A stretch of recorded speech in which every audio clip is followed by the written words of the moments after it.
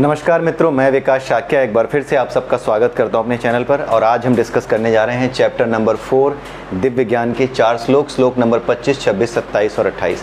लेकिन हर बार की तरह वीडियो शुरू करने से पहले एक बार मैं फिर आपको बता दूं कि भागवत गीता के किसी भी श्लोक को ठीक से समझने के लिए, किसी भी चैप्टर को ठीक से समझने के लिए आपको चैप्टर नंबर 13 और 14 से परा अपरा, प्रकृति के 3 गुण, प्रकृति के 24 तत्व, मन बुद्धि अहंकार, प्रकृति शरीर के 5 कोश और शरीर के इन 5 कोशों पर प्रकृति के इन तत्वों और गुणों का क्या प्रभाव पड़ता है, इसके बारे में ठीक से पता होना चाहिए। और ये सब आपको मिलेगा 13th और 14th चैप्टर में। तो सबसे पहले अगर आप इसको पढ़ लेते हैं तो भागवत गीता के किसी भी श्लोक को समझना आपके लिए ईजी हो जाता है। तो हमारी प्लेलिस्ट पर जाइए और चैप्टर नंबर 13 और 14 की प्लेलिस्ट सबसे पहले आप देख जाइए और उसके बाद आप किसी भी चैप्टर को शुरू कीजिए। अच्छा, तो ये होगा कि जिस सीक्वेंस में हमने वीडियोस डाले हैं उसी सीक्वेंस में आप पढ़ें 13वें से 18वें, उसके बाद 7 से 12वें और उसके बाद पहले से छठे चैप्टर की ओर। ठीक है, और अभी हम पहले से छठे चैप्टर की ओर इस सीक्वेंस में हम चैप्टर नंबर 4 पर हैं। तो इस तरीके से आप जो है आप पढ़ना चाहें तो पढ़ सकते हैं। क्यों हमने इस सीक्वेंस को पकड़ा है, इसके लिए आप हमारा एक प्लेलिस्ट है जिसका टाइटल है pre requisites for spiritual journey. आप उसको गो थ्रू कर सकते हैं। वहाँ पर 5-6 वीडियोज़ हैं, आप उन्हें देख सकते हैं। उनसे आपको ये समझ में आ जाएगा कि हमने क्यों इस सीक्वेंस में भागवत गीता को पढ़ा है, उसका कारण क्या है। ठीक है, और इसके अलावा अगर आपको मौका मिले तो 3 उपनिषद हैं, केन उपनिषद, मुंडक उपनिषद, मांडुक्य उपनिषद। अगर ये 3 उपनिषद भी कहीं से आप पढ़ सकते हैं, समझ सकते हैं, देख सकते हैं, तो आप इन 3 उपनिषदों को भी पढ़ जाइए, देख जाइए, क्योंकि उसके बाद आपको ये कॉन्सेप्ट्स और भी ज़्यादा क्लियर हो जाएंगे। ठीक है, उसके बाद आप भागवत गीता को पढ़ना प्रारंभ कीजिए, आपको अवश्य लाभ होगा। अगर आपके सिर पर किसी गुरु का हाथ है तब तो कोई बात ही नहीं है, लेकिन अगर आप स्वाध्याय के माध्यम से आगे बढ़ रहे हैं और किसी तरह की परेशानी आती है भागवत गीता को सीधा पढ़ने में या जिस सीक्वेंस में है उस सीक्वेंस में पढ़ने में, तो आप जिस तरह से हमने इसको समझने का प्रयास किया है आप उस तरह से भी हमारे साथ जुड़ सकते हैं और चैप्टर नंबर 13 से 18, फिर 7 से 12 और उसके बाद चैप्टर नंबर 1 से 6 इस सीक्वेंस में पढ़ के देख सकते हैं। आपको लाभ अवश्य होना चाहिए। ठीक है, आइए अब हम शुरू करते हैं आज के 4 श्लोक। इन 4 श्लोकों में भगवान कृष्ण क्या कह रहे हैं, इनके बारे में हम समझने का प्रयास करते हैं। भगवान कृष्ण इन 4 श्लोकों में बेसिकली ये समझाने का प्रयास कर रहे हैं अर्जुन को कि जो व्यक्ति मुझ तक आना चाहते हैं, जो अपनी इंद्रियों को संयमित करके अपने जीवन को आध्यात्मिक बनाना चाहते हैं, वो कौन कौन सी विधियां अपनाते हैं। ठीक है, आपको याद होगा चैप्टर नंबर 18, अगर आपने ना देखा हो तो चैप्टर नंबर 18 की जो वीडियो है ना, वो प्लेलिस्ट से जा करके आप देख जाइए। उसमें एक श्लोक है जिसमें कहा गया है भगवान कृष्ण के द्वारा कि सभी धर्मों के भेद बुलाकर, जितने भी धर्म मैंने बताए तुम्हें, जितनी भी तुम्हें विधियां मैंने बताई, कर्म योग, ज्ञान योग, भक्ति योग, जितनी भी चीज़ें तुम्हें मैंने बताई हैं, ये चैप्टर 18 में वहाँ पे एक श्लोक में उन्होंने कहा है कि ये सारी विधियाँ, ये सारे धर्म तुम भूल जाओ और एक मेरी शरण में आ जाओ। ठीक है, तो भगवान कृष्ण ने यही बताने का प्रयास किया है। यहाँ पर जो चीज़ें वो समझा रहे हैं वो ये समझा रहे हैं कि किस किस तरीके से लोग मुझ तक आने का प्रयास करते हैं। लेकिन भगवान कृष्ण ने अर्जुन से कहा कि मैं तो तुम्हारे सामने हूँ, मैं तुम्हें सारे भेद बता चुका हूँ, सारे राज बता चुका हूँ कि किस तरह से मुझ तक पहुँचा जाता है। लेकिन तुम्हें उन विधियों और उनका क्या लाभ, तुम्हें उन विधियों और उन चीज़ों को फॉलो करने की ज़रूरत ही नहीं रह गई। क्यों? क्योंकि अब तो मैं स्वयं तुम्हारे सामने हूँ, तुम्हें वो स्वयं सारी चीज़ें पता लग गई जिसके माध्यम से मुझ तक पहुँचा जा सकता है। लेकिन तुम तो मुझे साक्षात देख रहे हो, मुझे अपने सामने देख रहे हो, तो तुम्हें उन विधियों का अब क्या लाभ। इसलिए उन विधियों के बारे में सोचना छोड़ करके सीधे मेरी शरण में आ जाओ। तो अर्जुन के माध्यम से वो हम सबसे भी ये कह रहे हैं कि जब तुम्हारी बुद्धि अर्जुन जैसी हो और तुम अर्जुन की तरह ही भागवत गीता को समझ लो, तो फिर ये तुम समझ जाओगे कि ये जितनी भी विधियाँ बताई गई हैं, ये सारी विधियां अंत में उन्हीं को पाने के लिए हैं। ये विधियां आदरणीय हैं क्योंकि ये जो लोग एक एक स्टेप करके आगे बढ़ना चाहते हैं उनके लिए बहुत ही उपयोगी हैं ये विधियां।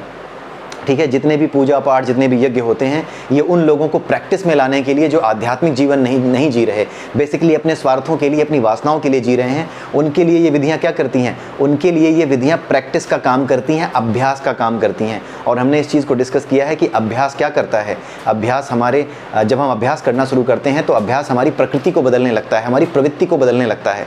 ठीक है, अभ्यास और वैराग्य यानी वासनाओं से मुक्ति। अभ्यास का अर्थ क्या है? लगातार अभ्यास, निरंतर अभ्यास, चाहे ज्ञान योग का, चाहे कर्म योग का, चाहे भक्ति योग का, या फिर ये जितनी भी विधियां हैं, ये सब अभ्यास के अंतर्गत ही आती हैं, जिसके द्वारा हम परमात्मा में स्थित होने के लिए, परमात्मा को जानने के लिए, स्वयं को जानने के लिए, स्वयं के वास्तविक रूप यानी परमात्मा जिससे हम उत्पन्न हैं उसे जानने के लिए जब हम इन विधियों का इस्तेमाल करते हैं तो हमारी प्रवृत्ति अपने आप बदलने लगती है। और ये सब किससे होता है? प्रैक्टिस से। अभ्यास और वैराग्य, यही दो चीज़ें बड़ी इंपॉर्टेंट हैं जिसके द्वारा परमात्मा को पाया जा सकता है। वास्तविक स्थिति को, अपनी वास्तविक स्थिति को समझा जा सकता है। अपनी वास्तविक स्थिति को समझने के बाद ही परमात्मा स्वयं अपने आप को प्रकट कर देता है। वो तो इतना दयालु है कि उसे पाना नहीं है, वो आपको प्राप्त है।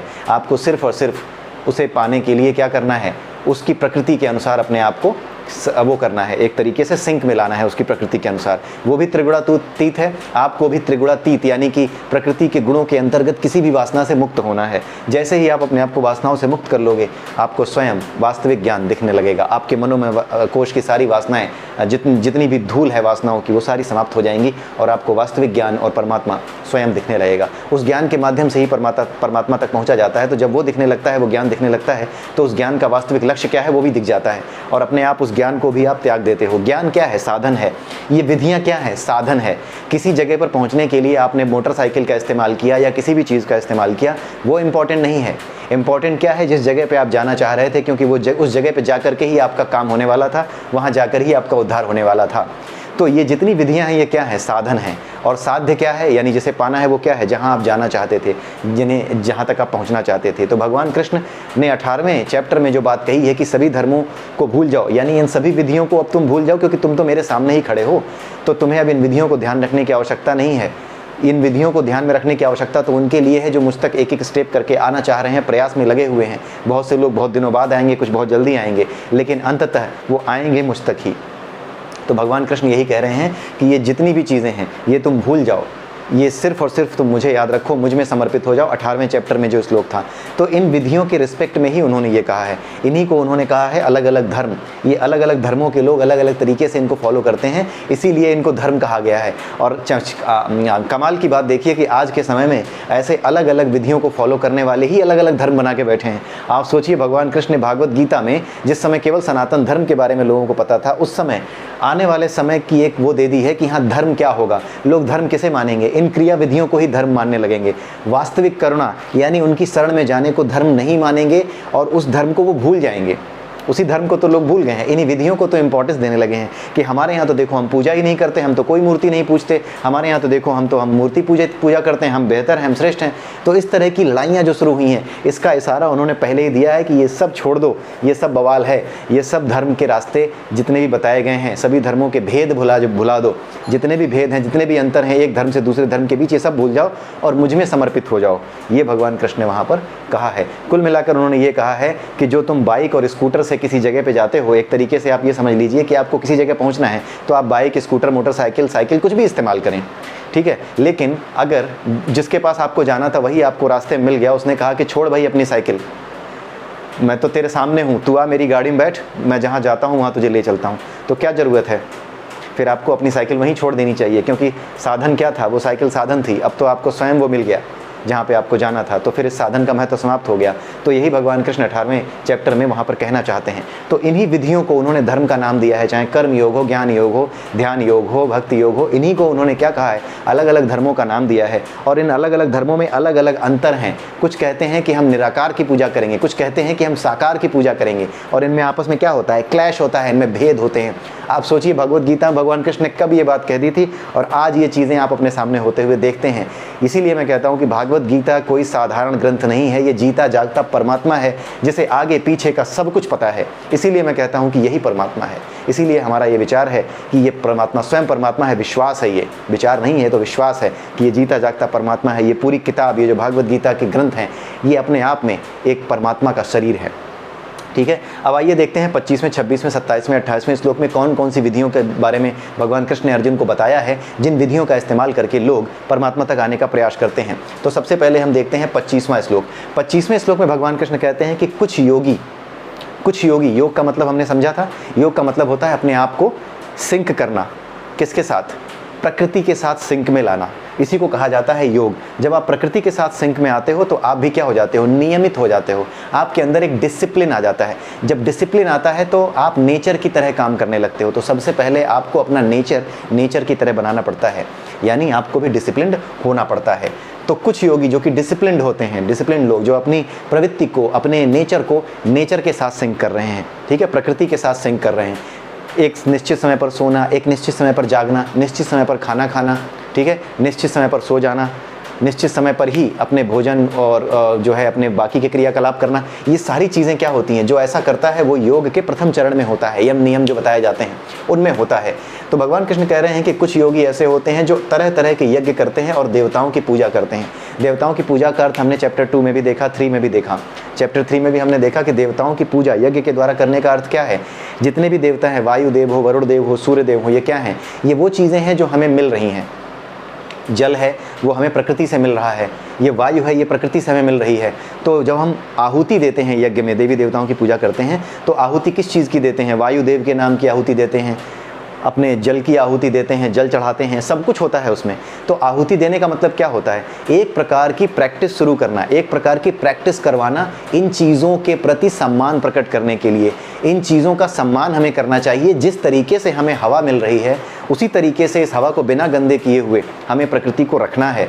उसी को कहते हैं समर्पण करना, उसी को कहते हैं आहुति देना। यज्ञ की आहुति यही है, जो कुछ आपने प्रकृति से लिया है प्रकृति को उसी रूप में वापस देना, ताकि आने वाली पीढ़ियों और बाकियों के लिए वो उसी रूप में काम में आए। इसी को हम क्या कहते हैं, यज्ञ कहते हैं। ये चैप्टर 3 में बड़े अच्छे से हमने समझा है। उसके अलावा जैसे पानी है, पानी को जिस रूप में हमने अर्पित किया है, पानी भी हम चढ़ाते हैं, पानी का भी हम जो है वो उसमें वो करते हैं, जल छिड़काव करते हैं। अपने जो यज्ञ भूमि होती है उसमें जल अर्पित करते हैं, भोग अर्पित करते हैं, जल भी अर्पित करते हैं भोग लगाने के बाद। तो जितनी भी चीज़ें हम देवताओं से लेते हैं, यानी प्रकृति से लेते हैं, प्रकृति ही देवता है। अलग अलग जो प्रकृति से चीज़ें प्राप्त होती हैं ना, उनके लिए अलग अलग एक एलिमेंट है। उन एलिमेंट्स को ही देवता कहा जाता है। जैसे वायु है उसे वायु देव के नाम से कहा जाता है। जैसे जल है जो H2O है, जो जलवाष्प है, उसी को क्या कहा गया है, वरुण देव कहा गया है, जो कि वर्षा का कारण बनता है, जलवाष्प। ठीक है, तो अलग अलग नाम है बस।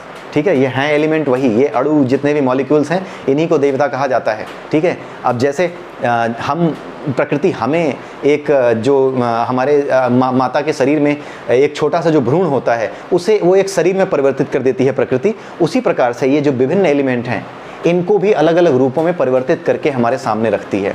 ठीक है, जैसे जल है, कभी वो बूंदों के रूप में बरसता है तो कभी बर्फ़ के रूप में बरसता है। तो ये प्रकृति अपने आप इसका निर्माण करती है कि किस रूप में इसे हमारे सामने आना है। ठीक है, तो हमारे एलिमेंट्स के अनुसार हमारे शरीरों का निर्माण ये प्रकृति का काम है, ये उस पर छोड़ दीजिए, ये परमात्मा का काम है। इसलिए ये चीज़ें क्या हैं, निराकार भी हैं और साकार भी हैं। परमात्मा की तरह देवता भी निराकार और साकार दोनों हैं। आप सोचिए, प्रकृति अपने आप स्वयं ये करती है, इसमें सोचने समझने लायक बहुत ज़्यादा कुछ नहीं है। ये अपने आप अनुभव करने की बात है कि प्रकृति अपने आप सारे काम करती है। ठीक है, तो कुछ लोग विभिन्न यज्ञों द्वारा देवताओं की पूजा करते हैं, यानी देवताओं को, यानी अग्नि जल को जल वापस करते हैं, जल के देवता को जल वापस कर रहे हैं। इसका मतलब क्या है, ये एक संदेश है, एक मेटाफरिक मीनिंग हम इसमें समझते हैं। जब हम जल के देवता को जल अर्पित करते हैं तो हम क्या करते हैं, एक तरीके से हम एक बात समझते हैं कि जल को हमने जिस रूप में प्रकृति से लिया है उसी रूप में, यानी साफ स्वच्छ रूप में, जिस रूप में हमारा ये कल्याण करती है उसी रूप में हम इसे प्रकृति को वापस करें, ताकि ये सबका कल्याण करती रहे। इसी को कहते हैं यज्ञ करना। तो प्रकृति की सुरक्षा, सस्टेनेबल डेवलपमेंट, ये भी अपने आप में यज्ञ है। अगर दुनिया सस्टेनेबल डेवलपमेंट के बारे में सोच रही है तो आप ये मत सोचिए कि कुछ बहुत बड़ा कॉन्सेप्ट सोच रही है। यही यज्ञ जो है ना, ये भागवत गीता में पहले से बताया गया है। ये जो सस्टेनेबल डेवलपमेंट का कॉन्सेप्ट है, ये इसी को यज्ञ कहा जाता है। यही यज्ञ है। जो लोग सस्टेनेबल डेवलपमेंट की बात कर रहे हैं, उसके बारे में सीरियसली सोच रहे हैं, वो यज्ञ कर रहे हैं। वो भले ही कोई यज्ञ वेदी ना बनाए तो क्या हुआ, कर्मों से आप यज्ञ ही कर रहे हैं, अंततः कर्म ही तो करने हैं। ये यज्ञ विधियाँ, ये सारी चीज़ें इसलिए बताई जाती हैं ताकि आपको प्रैक्टिस कराई जाए। प्रैक्टिस क्यों कराई जाए, हमने पहले ही पढ़ा है। प्रैक्टिस इसलिए कराई जाए क्योंकि प्रैक्टिस करने पे नेचर अपने आप आपको किस में स्थित कर देती है, आपको उस गुण में, उस प्रवृत्ति में स्थित कर देती है, जिसके बाद आप आध्यात्मिक हो जाते हैं। तो सस्टेनेबल डेवलपमेंट कुछ और नहीं है, यज्ञ है। और यज्ञ क्या है, आध्यात्मिकता है। तो अपने आप यज्ञ करते हैं, अपने सस्टेनेबल डेवलपमेंट की बात करते हैं। जैसे प्रकृति से जो कुछ लिया उसे उसी रूप में जब वापस करते हैं तो आप यज्ञ ही कर रहे होते हैं। ठीक है, तो यही चीज़ भगवान कृष्ण यहाँ पर बता रहे हैं कि एक विधि तो ये है कि कुछ लोग अलग अलग यज्ञों द्वारा देवताओं की पूजा करते हैं, और कुछ होते हैं जो परब्रह्म की अग्नि में आहुति डालते हैं। परब्रह्म की अग्नि में आहुति डालने का क्या मतलब है, परब्रह्म क्या है, जो निराकार ब्रह्म की उपासना करते हैं उनके बारे में बताया जा रहा है। कुछ लोग होते हैं निराकार ब्रह्म की उपासना करते हैं कि उसका कोई रंग रूप नहीं है, केवल अपने आप को उसी में विलीन कर देना है। उसके लिए अलग अलग विधियां हैं, साधना की अलग अलग विधियां हैं, ध्यान की अलग अलग विधियां हैं, उसमें अपने आप को लीन करना है। तो परब्रह्म रूपी अग्नि क्यों कहा गया है, जिस तरह से हमारे सारे के सारे अंततः करना क्या है, अपनी वासनाओं का ही नाश करना है। ठीक है, जिस तरह से वासनाओं का नाश करने के लिए हम उनको किस में डालते हैं, आध्यात्मिक हवन कुंड में डालते हैं किसको, अपनी वासनाओं को, यानी अपने कर्मों को वासना रहित बना देते हैं, उसी को क्या कहा जाता है, आध्यात्मिक हवन कहा जाता है। मेटाफरिक वे में उसी को आध्यात्मिक हवन कहा जाता है, जो पिछले वीडियो में हमने आखिरी श्लोक में देखा। ठीक है, तो यहाँ पर जो परब्रह्म की अग्नि है उसे क्या कहा जाता है, कुछ लोग अपने निराकार भगवान को निराकार रूप में जानते हुए अपने स्वरूप को, यानी अपना जो रूप है, अपना जो वास्तविक रूप है, उसे उसी निराकार में लीन कर देना चाहते हैं। परब्रह्म को अग्नि क्यों कहा गया है, क्योंकि जिस तरीके से हमारे सारे पाप हम अलग अलग विधियों से नष्ट करते हैं, अपनी सारी वासनाओं को अलग अलग विधियों से नष्ट करते हैं, उसी तरह से परब्रह्म में, निराकार ब्रह्म में लीन होने की जो विधि है वो अंत में हमारी इन वासनाओं के साथ हमारे अस्तित्व को ही नष्ट करती है। बिना वासनाओं के नष्ट हुए ये संभव नहीं हो सकता। इसलिए यहाँ पर अग्नि की बात की गई है कि जब कोई अपने आप को परब्रह्म में केंद्रित कर देता है तब उसे भी अपनी वासनाओं को दूर रखना पड़ता है। वो दूर रहता है, अलग बैठ करके साधना करता है, सांसारिक क्रियाविधियों से दूर रखता है अपने आप को। तो वो क्या करता है, एक तरीके से परब्रह्म रूपी अग्नि में अपने अस्तित्व की आहुति डालता है।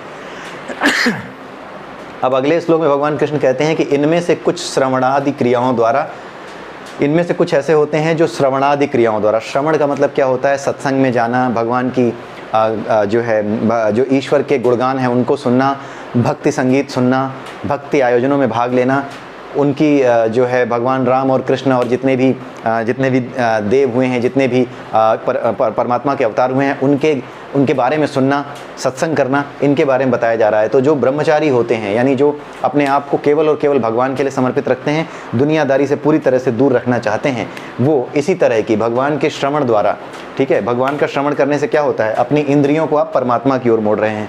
तो भगवान कृष्ण कह रहे हैं कि कुछ ऐसे होते हैं जो श्रवण द्वारा अपने आप को, मन को निग्रह करते हैं।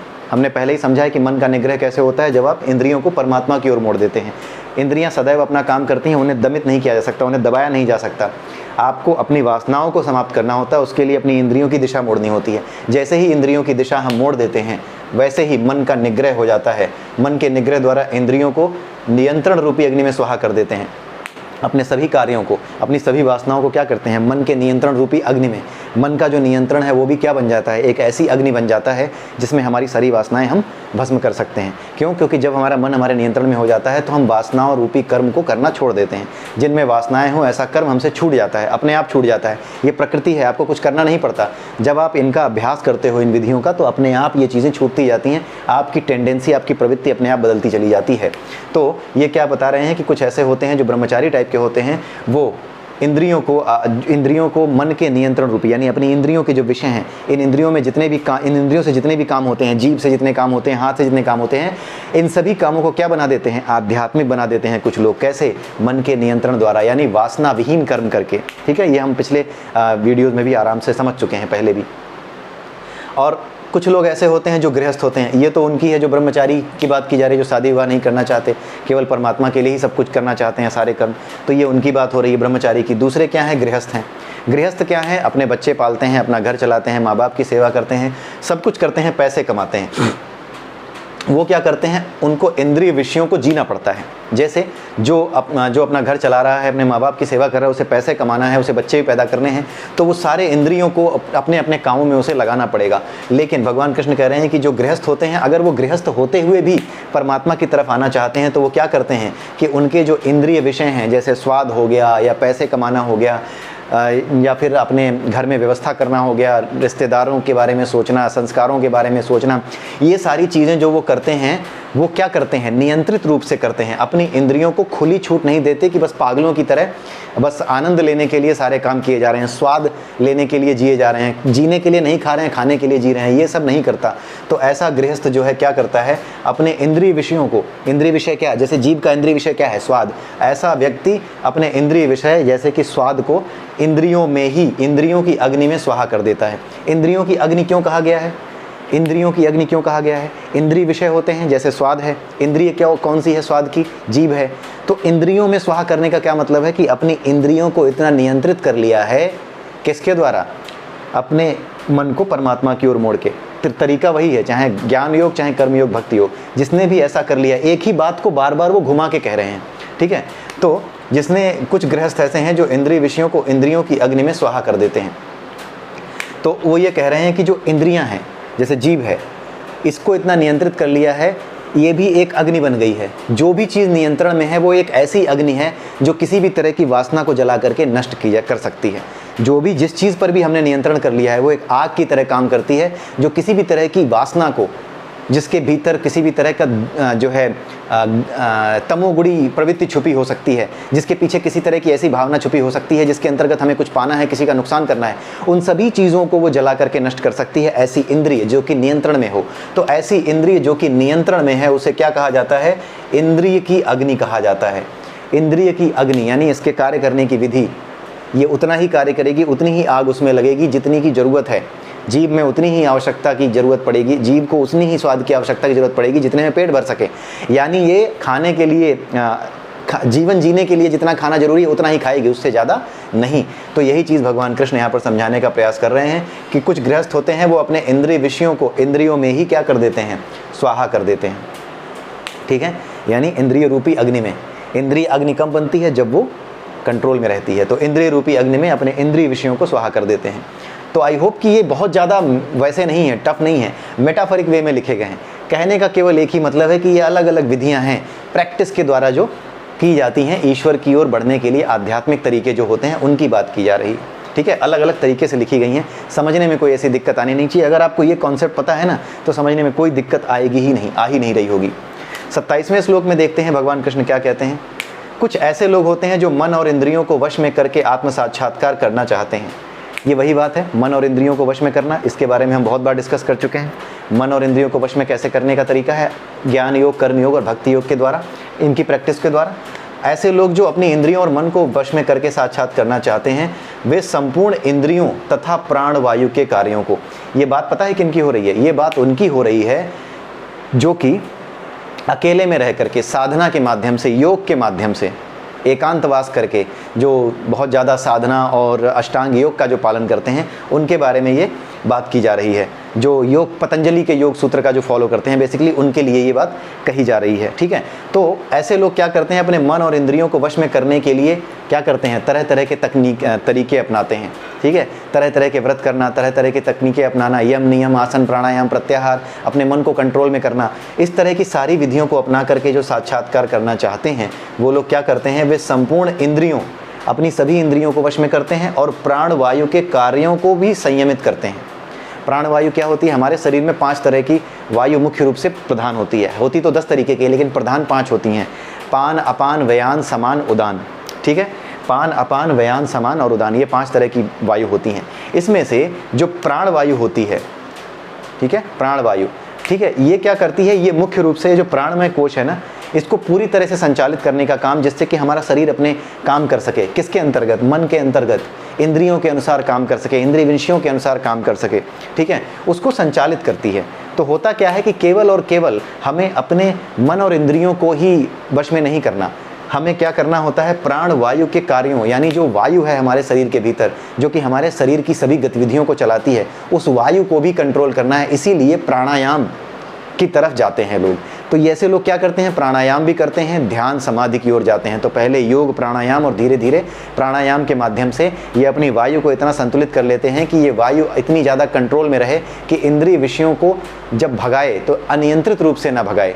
उनको कंट्रोल करने के लिए ही ये किया जाता है। आपने देखा होगा कि जब आपके शरीर की वायु मंद पड़ जाती है, जब आपका शरीर बीमार पड़ जाता है, तो वायु का संतुलन ही बिगड़ता है। जब वायु का संतुलन बिगड़ता है, आपका शरीर बीमार पड़ जाता है। जब शरीर बीमार पड़ जाता है तो आप भले ही चटकारे लेकर के कितना भी चिकन मटन खाते हो, क्या आपको उस समय चिकन मटन में स्वाद आएगा जिस समय आप बीमार हो सकता है आप उसके बारे में सोचो भी ना कि यार पड़ा रहने दो, मैं तो बीमार हूँ, कुछ भी याद नहीं आएगा। तो वायु जब कमज़ोर होती है तो इंद्रियों का बल कमज़ोर होता है। लेकिन वायु को कमज़ोर नहीं करना है, वायु को स्थिर रखते हुए, जितनी वायु हमारे भीतर स्थित है उसको स्थिर रखते हुए अपनी इंद्रियों को कंट्रोल में करना है। उसके लिए क्या किया जाता है? प्राणायाम किया जाता है। पतंजलि के योग सूत्र जो हैं उनको फॉलो किया जाता है, या फिर हमारे जो विवेकानंद हैं उन्होंने एक किताब लिखी है राजयोग, उसमें जो कुछ लिखा हुआ है उसको फॉलो करना होता है, उसे समझना होता है। राजयोग को भी हम एक बार समझने का प्रयास करेंगे, जो विवेकानंद ने लिखा हुआ है उसको भी एक बार हम डिस्कस करेंगे अपने चैनल पे। तो ये सारी विधियाँ, उनकी विधियों की बात कर रहे हैं, उनके डिटेल में डिस्कशन यहाँ नहीं है और हम भी नहीं करने वाले, क्योंकि ये भागवत गीता के श्लोकों को हमें कवर करना है। तो हम सिर्फ और सिर्फ इसकी एक बेसिक अंडरस्टैंडिंग लेते हैं, बाकी चीज़ें हम डिटेल में आगे कभी पढ़ेंगे, क्योंकि यहाँ पर सिर्फ और सिर्फ हमें समझना है कि किन विधियों की बात की जा रही है। तो यहाँ पर वो पतंजलि योग सूत्र के माध्यम से अपने प्राण वायु को कंट्रोल करके अपनी इंद्रियों को नियंत्रित करने का जो काम करते हैं, प्राण वायु को भी कंट्रोल करते हैं और मन और इंद्रियों को भी वश में करते हैं। कैसे? भीड़ भाड़ से दूर रह करके, अपने जीवन से संन्यास लेकर के, कर्म संन्यास लेकर के दूसरे कर्म करते हैं, ज्ञान प्राप्ति का कर्म करते हैं, योग और ध्यान की अलग अलग विधियों के द्वारा अपने आप को ध्यान में केंद्रित करते हैं, समाधि में जाने का प्रयास करते हैं, ध्यान धारणा प्रत्याहार ध्यान, ये जो समाधि वाली चीज़ें होती हैं, इन सब चीज़ों का फॉलो करते हैं। तो वो सब क्या करते हैं? वो पतंजलि योग सूत्र के अनुसार जो कुछ लिखा गया है उसको फॉलो करते हैं। दो कॉन्सेप्ट यहाँ पे थे जो हमारी किताब है इस्कॉन सोसाइटी की, भागवत गीता की यथारूप की, उसमें प्रत्यगात्मा और परागात्मा के बारे में इस श्लोक में बताया गया था। तो मुझे सही लगा, तो मैंने सोचा कि इसको हम डिस्कस कर लेते हैं।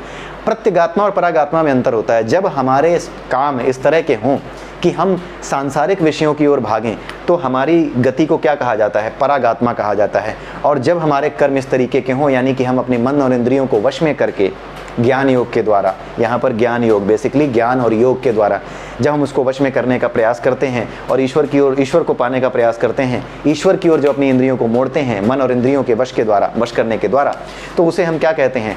प्रत्यगात्मा कहते हैं। तो प्रत्यगात्मा और परागात्मा का कॉन्सेप्ट ये हमारे पतंजलि योग सूत्र से लाया गया है। और ये जो भगवत गीता यथारूप की किताब है, वहाँ पर मुझे एक जगह दिखा तो अच्छा लगा, तो मैंने सोचा कि इसको हमें डिस्कस कर लेना चाहिए। ठीक है, तो भगवान कृष्ण कह रहे हैं कि प्राण वायु के कार्यों को संयमित करके, यानी अपनी प्राण वायु को भी कंट्रोल करके, वो क्या करते हैं? मन रूपी अग्नि में आहूत कर देते हैं अपनी वासनाओं को। ठीक है, सब कुछ वासनाओं का ही खेल है, सारी वासनाओं को ही नष्ट करना होता है। ये सारी विधियां वासनाओं को नष्ट करने के लिए ही हैं। तो भगवान कृष्ण कह रहे हैं कि कुछ लोग ऐसे होते हैं, अपने मन और इंद्रियों को वश में करते हैं, अपनी प्राण वायु को भी कंट्रोल करते हैं प्राणायाम के द्वारा, अष्टांग योग के द्वारा, और क्या करते हैं? अंत में अपनी मन रूपी अग्नि में, अग्नि कब बनता है? मन अग्नि कब बनता है? जब हमारी वासनाओं को नष्ट कर सके। अग्नि उसे ही कहा गया है, आप ध्यान दीजिएगा, अग्नि यानी आग मेटाफर है। किस आग का मेटाफर है? वो आग जो कि वासनाओं को नष्ट कर सके, वासनाओं को जो जला सके, उसी आग को क्या कहा गया है? अग्नि यहाँ पे कहा गया है, उसी अग्नि को कहा गया है। तो जब हमारा मन इस तरह का हो जाए कि वासनाएं वो लाए ही ना अपने मन में, जब हमारा मन ऐसा हो जाए कि वासनाओं को इकट्ठा ही ना होने दे, वासनाओं के बीज अपने भीतर, हमारे मनों में कोश के भीतर बोने ही ना दे, तो ऐसा मन क्या हो जाता है? अग्नि बन जाता है। हर वो चीज़ जो नियंत्रण में इस तरह से आ जाए कि आपकी वासनाओं की ओर न जाए, बल्कि आपकी वासनाओं को आपसे दूर करे, वही चीज़ क्या बन जाती है? अग्नि बन जाती है। इसीलिए ऊपर देखा आपने, इंद्रिय रूपी अग्नि की बात की गई है। यहाँ पर किसकी बात की जा रही है? मन रूपी अग्नि की बात की जा रही है। तो ऐसी कोई भी चीज़ जो वासनाओं को स्वाहा करने में समर्थ हो जाए, वो अग्नि का रूप हो जाती है, चाहे वो मन हो चाहे इंद्रियां हो। ठीक है, तो यही इसीलिए यहाँ पर इंद्रिय रूपी अग्नि और मन रूपी अग्नि की बात की जा रही है। ये कोई बहुत ज़्यादा सोचने समझने वाली चीज़ नहीं है, सिंपल मेटाफरिक लैंग्वेज यूज़ की गई है। और अगर आप मेटाफरिक लैंग्वेज समझते हैं, अगर आपने हमारे शुरुआत के वीडियो देखे हैं जिसमें हमने मेटाफर्स के बारे में एक्सप्लेन करने की कोशिश की है, तो उसको अगर आपने समझा है तो आपको ये चीज़ें बड़े आराम से समझ में आएंगी। और ये बड़े ही प्यारे श्लोक हैं, बड़े अच्छे श्लोक हैं, जिसमें पूरा का पूरा ज्ञान भगवान कृष्ण ने अर्जुन के सामने रखा है। इसीलिए इस चैप्टर का नाम क्या है? दिव्य ज्ञान, क्योंकि ये वो दिव्य ज्ञान है जो सभी के पास होना चाहिए, हर उस व्यक्ति के पास होना चाहिए जो आध्यात्मिक उन्नति करना चाहता है। ठीक है, आई होप कि आपको ये समझ में आ गया होगा। 28वां श्लोक भी ऐसा ही कुछ है। इसमें भगवान कृष्ण कह रहे हैं कि कुछ लोग कठोर व्रत करते हैं, जैसे चतुर्मास जो होते हैं, जो चौमासे होते हैं, उसमें कुछ लोग क्या करते हैं? दिन में एक बार ही खा रहे हैं, व्रत रख रहे हैं। किसी एक दिन हमेशा व्रत रखते हैं, हफ्ते में एकादशी का कोई व्रत नहीं छोड़ते। कोई भी, जितने भी लोग हैं ये कठोर व्रत रखते हैं, पानी तक नहीं पीते, बहुत कठोर व्रत रखते हैं। तो कठोर व्रत के द्वारा क्या करते हैं? वो अपनी इंद्रियों को संयमित होने का प्रयास करते हैं, करने का प्रयास करते हैं कि नहीं। इंद्रियों को संयमित करने का प्रयास करते करते वो समझ जाते हैं कि इंद्रियों को संयमित करने का अर्थ ये है कि हमें इंद्रियों को दबाना नहीं है ज़बरदस्ती, हमें परमात्मा की ओर मोड़ना है। तो वो साथ में जब वो व्रत रखते हैं तो व्रत रखने के साथ साथ कुछ यज्ञ भी करते हैं, उस दिन कुछ पूजा भी करते हैं, कुछ पूजा पाठ भी करते हैं, ताकि उनका मन क्या रहे? पवित्र रहे। क्यों? क्योंकि कॉन्सेप्ट क्या है? इंद्रियां नहीं दबाई जा सकती, इंद्रियां अपना काम हमेशा करेंगी। इसलिए इंद्रियों को दबाओगे और वासनाओं को नहीं नष्ट करोगे तो क्या होगा? इंद्रियां फिर उठ खड़ी होंगी और फिर से वासनाओं की ओर भाग जाएंगी। इसलिए इंद्रियों को संयमित करने के लिए इंद्रियों को वो क्या करते हैं? कठोर व्रत करते हैं, कम से कम भोजन देते हैं, कम से कम आहार देते हैं, हर इंद्रिय को उसका कम से कम काम करने देते हैं, और साथ में अपने आप को किधर मोड़ते हैं? परमात्मा की ओर मोड़ते हैं। यानी अपने हाथ से परमात्मा के लिए फूल चुनना, ठीक है, फूल चुन के ला रहे हो, हाथ भी तो इंद्रिय है, इसी इंद्रिय से आप परमात्मा के लिए फूल चुन के ला रहे हो। इन होठों से भक्ति संगीत गाना, भक्ति के गीत गाना, परमात्मा की भक्ति की बातें करना, परमात्मा की चर्चा करना, अपने कानों को उस दिन परमात्मा के श्रवण में लगाना, किसी सत्संग में जाना, एकादशी में कोई सत्संग कर लिया, ये सब चीज़ें ऐसे ही नहीं होती, ये सब चीज़ें प्रैक्टिस हैं। इसीलिए ये चीज़ें होती हैं कि आज एकादशी के मौके पर ये सत्संग आयोजित किया जा रहा है। क्यों होता है? क्योंकि केवल और केवल भूखा नहीं रखना है अपने आप को, क्योंकि इंद्रियों को भूखा रखोगे तो क्या होगा, आप इंद्रियों को दबाने का प्रयास कर रहे हो। इंद्रियों को दबाने से वासनाएं नष्ट नहीं होती। वासनाओं को नष्ट करने के लिए अपने इंद्रिय और मन सभी चीज़ों को किधर मोड़ना पड़ता है? परमात्मा की ओर। इसीलिए सत्संग और ये सारे जो होते हैं एक साथ होते हैं। इसीलिए घर में ऐसी चीज़ों का आयोजन भी करना चाहिए। करते हैं लोग जिस दिन ये व्रत रखते हैं, तरह तरह के, एकादशी के हों चाहे अमावस्या के हों, पूर्णिमा, किसी विशेष पूर्णिमा पे व्रत रखा हो, किसी दिन रखा हो, साथ साथ वो क्या करते हैं, अपने इंद्रियों को तो कंट्रोल में करते हैं, खाना नहीं खाना, आज उपवास रखना है, लेकिन साथ साथ परमात्मा को भी याद करना है।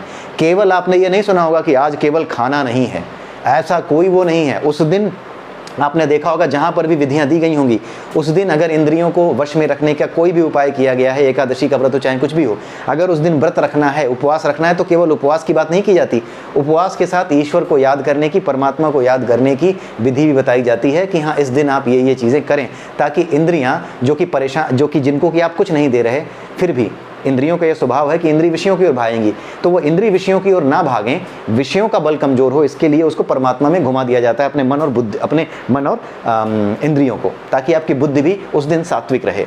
तो ये पूरी विधि इसी तरीके से बनाई गई है, ये सारी विधियाँ इसी तरीके से हमारे यहाँ बना करके रखी गई हैं। ठीक है, तो आई होप कि आपको ये समझ में आ रहा होगा कि कठोर व्रत द्वारा कुछ लोग अपनी संपत्ति का त्याग करते हैं। ठीक है, कुछ लोग कठोर व्रत करते हैं और अपनी संपत्ति का त्याग करते हैं, यानी कि जो चीज़ें उन्होंने कमाई हैं, एक तो अपनी इंद्रियों का कंट्रोल, दूसरा अपनी संपत्ति का त्याग। यानी किसी खास दिन उन्होंने कहा कि आज एक दिन हम क्या करेंगे कि जितना हमने मेहनत से कमाया है, ये सारी चीज़ों में से इतना अंश हम क्या करेंगे, समाज के भले के लिए दान कर देंगे। अस्पताल बनवा दिए, चिकित्सालय बनवा दिए, गरीबों के लिए कुछ बनवा दिया, गरीबों के बच्चों में कुछ कापी किताबें बंटवा दी, तो अपनी संपत्ति का त्याग करते हैं ताकि त्याग की भावना आए। त्याग की भावना क्या है? एक प्रैक्टिस है कि कुछ मेरा नहीं है, वासना विहीन कर्म है ये, इसीलिए इसकी प्रैक्टिस कराई जाती है। तो कुछ लोग कठोर व्रत करके अपने आप को कमज़ोर करके, अपनी इंद्रियों को अपने आप को कमज़ोर नहीं करके बल्कि अपनी इंद्रियों को संयमित करके अपनी संपत्ति का त्याग भी करते हैं, ताकि त्याग की भावना उनके अंदर जन्म ले, वासना विहीन कर्म, वासना विहीन मन उनका बन जाए। इसके लिए वो अपनी संपत्ति का त्याग करते हैं। और कुछ ऐसे होते हैं जो कठिन तपस्या करते हैं। तपस्या वही जो अभी हमने डिस्कस किया है, इंद्रियों को कम से कम देना, जिस इंद्रिय का जो विषय है उसे कम देना। जैसे जीभ का विषय है स्वाद, तो स्वाद ना देना उसे कंट्रोल करना। तो केवल स्वाद न देने से बात नहीं बनती, स्वाद न देने के अलावा हमें क्या करना होता है, परमात्मा की ओर जाना होता है। जिस दिन व्रत रखा है उस दिन परमात्मा को याद करना होता है, अपने मुंह से परमात्मा का ध्यान करना होता है। अपने जीभ को जब उस दिन उपवास तोड़ें तो अपने जीभ को सबसे पहले परमात्मा का प्रसाद देना होता है। तो ये चीज़ें इसी तरह से कराई जाती हैं। ये चीज़ें हर किसी को पता नहीं होती कि ये प्रैक्टिस कराई जा रही है।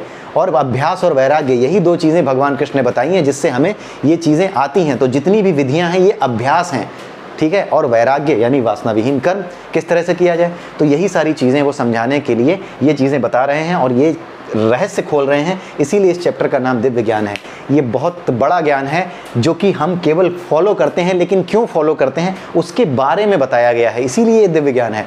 तभी तो हमारे यहाँ जितनी भी चीज़ें होती हैं उसके बारे में हमारे यहाँ हमें पता नहीं होता, तो हम कहते हैं क्या पाखंड है, क्या व्रत रखी, क्या पाखंड है। पाखंड नहीं है, ये बेसिकली एक कॉन्सेप्ट है प्रैक्टिस के द्वारा अपने मन को शुद्ध करना, ताकि आप एक पहले तो ऐसे इंसान बन सके जो कि समाज के काम आ सके, विश्व के काम आ सके, एक अच्छा आदमी बन सके जो कि त्याग कर सकता है, जो समाज के काम आ सकता है, जो अपने कर्मों का त्याग कर सकता है, कर्म के फलों का त्याग कर सकता है, दूसरों को लाभ पहुंचा सकता है, जो अपने लिए नहीं कमाता, समस्त विश्व के लिए कमाता है, बाकियों के लिए भी कमाता है, जो त्याग कर सकता है। ऐसा व्यक्ति समाज के लिए अवश्य ही भला व्यक्ति होता है, उसका भला करता है, ठीक है। तो ऐसा व्यक्ति बनने के लिए ही सबसे पहले ये चीज़ें की जाती हैं। जब आप ऐसे व्यक्ति बनते हो तो आप वासना विहीन कर्म करते हो। जब वासना विहीन कर्म करते हो तो अपने आप आपको ज्ञानमय कोश यानी परमात्मा का ज्ञान अपने आप आपके सामने प्रकट हो जाता है। ज्ञान कहीं किताबों में छुपा हुआ नहीं बैठा है, वहाँ जानकारियाँ हैं, वहाँ अनुभव हैं, वहाँ लोगों के अनुभव हैं, विद्वानों के अनुभव हैं। उन अनुभवों का इस्तेमाल करके आप अपने को फ़ायदा पहुंचाते हो, बेसिक कॉन्सेप्ट्स क्लियर करते हो। उसके बाद जो ज्ञान है, वास्तविक ज्ञान है, वो आपके भीतर भरा हुआ, उसे खोलना होता है। कबीरदास ने कौन से वेद पुराण पढ़े थे, फिर भी वो वही बातें करते हैं। 3 गुण 5 तत्व, इन सब की बातें वो कैसे करते हैं जबकि कोई वेद पुराण नहीं पढ़ा? क्यों? क्योंकि ज्ञान तो भीतर होता है। अनपढ़ और पढ़े लिखे होने से इस ज्ञान का कोई लेना देना नहीं होता, ठीक है। तो यही चीज़ भगवान कृष्ण कह रहे हैं कि कुछ कठिन तपस्या द्वारा, कुछ योग पद्धति, अष्टांग योग पद्धति के अभ्यास द्वारा जो अभी हमने डिस्कस की, अथवा दिव्य ज्ञान में उन्नति करने के लिए वेदों के अध्ययन द्वारा प्रबुद्ध बनते हैं।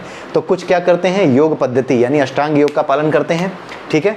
कुछ दिव्य ज्ञान में उन्नति करने के लिए वेदों का पाठ करते हैं, ठीक है। कुछ लोग क्या करते हैं, दिव्य ज्ञान में, इसी दिव्य ज्ञान में जिसका कॉन्सेप्ट यहाँ सारांश यहाँ दिया गया है, उसी दिव्य ज्ञान में उन्नति करने के लिए वेद, पुराण, उपनिषद इनका अध्ययन करते हैं। वही चीज़ भगवान कृष्ण यहाँ बता रहे हैं।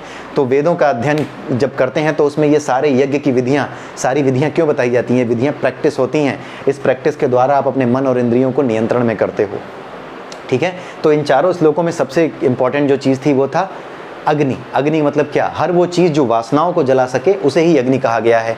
तो जब हमारा मन इस लायक हो जाए कि वासनाओं से दूर हो सके तो मन क्या बन जाता है, मन एक अग्नि बन जाता है। जब हम अपनी इंद्रियों को इतना नियंत्रित कर लें कि वो केवल खाने के लिए जिएं, जीने के लिए खाएं, खाने के लिए ना जिएं, तो ऐसी इंद्रिय भी क्या बन जाती है, अग्नि बन जाती है। हर वो चीज़ जो कि वासनाओं से दूर करने लायक हो जाए वही क्या बन जाती है, अग्नि बन जाती है, ठीक है। अग्नि स्वरूप हो जाता है, वही इंद्रिय अग्नि स्वरूप हो जाती है। अग्नि हर चीज़ को भस्म कर सकती है, हर चीज़ को जला के पवित्र कर देती है। तो अग्नि के बेसिक कॉन्सेप्ट आपको समझने थे। दूसरा प्राणवायु, जो वायु के बारे में हमने समझा, ये इंपॉर्टेंट था। और तीसरा जो हमारे यज्ञ हैं, इन यज्ञों के बारे में यहाँ पे 28वें श्लोक में समझाया गया है। कुछ जो है कठोर व्रत करते हैं, सारा का सारा यज्ञ के बारे में ही बताया गया है। तो अंत में हम देखते हैं 4 तरह के यज्ञ कौन से होते हैं। 28वें श्लोक में भी जो है एक तरह का यज्ञ ही है। ये जितनी भी चीज़ें अपनी वासनाओं से रहित होने के लिए करते हैं वो सब यज्ञ है, ठीक है। तो सबसे पहला यज्ञ कौन सा है, द्रव्य यज्ञ। द्रव्य यज्ञ क्या है, जब अपनी संपत्ति का दान करते हैं तो द्रव्य यज्ञ कहलाता है। ज्ञान यज्ञ क्या है, जब ज्ञान प्राप्त करने के लिए हम यज्ञ करते हैं, पूजा पाठ करते हैं, जैसे माता सरस्वती की आराधना करते हैं। तो इस तरह के यज्ञ जो कि ज्ञान प्राप्त करने के लिए हों, ज्ञान में उन्नति करने के लिए हो, बुद्धि को बढ़ाने के लिए हो, ताकि हम आध्यात्मिक रूप से उन्नति कर सकें, तो ऐसे यज्ञ को क्या कहते हैं, ज्ञान यज्ञ कहते हैं। स्वाध्याय यज्ञ क्या होता है, जब हम वेदों को पढ़ते हैं, किसके लिए, दिव्य ज्ञान को जानने के लिए। वही दिव्य ज्ञान जो इन 4 श्लोकों में भगवान श्री कृष्ण समझाने का प्रयास कर रहे हैं और आगे के श्लोकों में भी बताने का प्रयास करेंगे। अगले श्लोकों में भी उसका सारांश वो देंगे। तो उन्हीं यज्ञ को, उन्हीं चीज़ों का ज्ञान प्राप्त करने के लिए, यानी दिव्य ज्ञान प्राप्त करने के लिए जो यज्ञ किया जाए, ये क्या है, ये यज्ञ ही है। जितनी चीज़ें लिखी हैं ना, ये विधियाँ यज्ञ ही हैं। वो जो यज्ञ किया जाए उसे क्या कहा जाता है, स्वाध्याय यज्ञ कहा जाता है। तपोमय यज्ञ क्या है, तपोमय यज्ञ वही है जिसमें हम एकादशी का व्रत और तरह तरह के व्रत, निर्जला एकादशी और पता नहीं कितनी एकादशियाँ और कितने जो है व्रत होते हैं, चतुर्थी के व्रत, पंचमी के बहुत से व्रत होते हैं। तो ये जो व्रत कराए जाते हैं, क्यों कराए जाते हैं, इन्हीं यज्ञों को, ये यज्ञ होते हैं, ये व्रत असल में यज्ञ होता है। इसे तपोमय यज्ञ कहा जाता है, क्योंकि इन दिनों में हम क्या करते हैं, फिर से एक बार रिपीट कर देता हूँ, यज्ञ करने का, जब हम तप करते हैं तो तप करने का अर्थ ये नहीं होता कि आज हम केवल शरीर को खाना नहीं देंगे, आज हम केवल शरीर को बाकी दूसरी चीज़ों में नहीं लगाएंगे जिसमें रोज लगाए रखते हैं। तो केवल और केवल इंद्रियों को रोकना नहीं होता, उस दिन एक काम और किया जाता है, ईश्वर की भक्ति के लिए विशेष पूजा विधियां भी बनाई जाती हैं। क्यों, क्योंकि इंद्रियों को दमित नहीं किया जा सकता, उन्हें दबाया नहीं जा सकता, इंद्रियां दबाई नहीं जा सकती। इंद्रियों को दबा भी लोगे तो भी जो विषय हैं वो मेन है, अगर उनका इलाज नहीं किया गया, उनको मन से हटाने का इलाज नहीं किया गया, तो इंद्रियों को दबाने का कोई लाभ नहीं है। इंद्रियों का दमन नहीं, इंद्रियों का संयमन करना होता है। तो जो इंद्रियों का दमन करता है, बल्कि विषयों का संयमन, मन को संयमित नहीं करता, यानी विषयों के बारे में अभी भी सोचता है, जैसे जीभ को कंट्रोल कर लिया है लेकिन स्वाद मन में फिर भी आ रहा है, तो ऐसा व्यक्ति क्या करता है, ऐसा व्यक्ति फिर से उल्टे रास्ते पे चला जाता है। ठीक है, आज एकादशी में सही रहेगा, अगले दिन फिर से वो उल्टे रास्ते पे चला जाएगा। 9 दिन, 9 दुर्गा के दिन मीट मांस नहीं खाएगा, 10वें दिन होते ही सुबह सबसे पहले चिकन बनेगा उसके यहाँ। तो ये व्यक्ति क्या करता है, ये तप नहीं कर रहा है, इसका तप बेकार है। इसका तप तब सही है जब ये अपनी तपस्या के दौरान, यानी अपने शरीर को जब खाना नहीं दे रहा है, जो अपनी इंद्रियों को खाना नहीं दे रहा है, उसके साथ साथ वो ईश्वर का ध्यान भी करे पूरे दिन। जब वो इस तरह से प्रैक्टिस करेगा तो क्या होगा, अपने आप को जब सात्विक रखेगा पूरे दिन, किसी और तरह के विचार को ही मन में नहीं लाएगा, अपनी इंद्रियों को ही ईश्वर में लगा देगा। दिन भर वो हरे कृष्णा या माँ दुर्गा या जो भी उस दिन पूजा पाठ कर रहा है, भगवान के जिस रूप की भी पूजा कर रहा है, भगवान के जिस रूप में भी उनकी पूजा कर रहा है, उनका ध्यान भी करेगा, उनके लिए अलग अलग विधियाँ जो बनाई गई हैं उनको फॉलो करेगा उस दिन, तब जा करके इसका लाभ मिलेगा। और ये प्रैक्टिस है, ये बार बार करते करते एक दिन आदमी ये समझ जाता है कि ये विधियां अंत में इसलिए बताई गई हैं ताकि हम अपने वास्तविक स्वरूप को पहचान सकें, परमात्मा को जान सकें, क्योंकि परमात्मा से ही ये सारा कुछ उत्पन्न हुआ है जिसे पाने का तुम प्रयास कर रहे हो। और अंत में ये समझ में आता है कि पाने का प्रयास करना ही नहीं था, परमात्मा हमें प्राप्त था, हमें केवल और केवल उसे देखना भर था।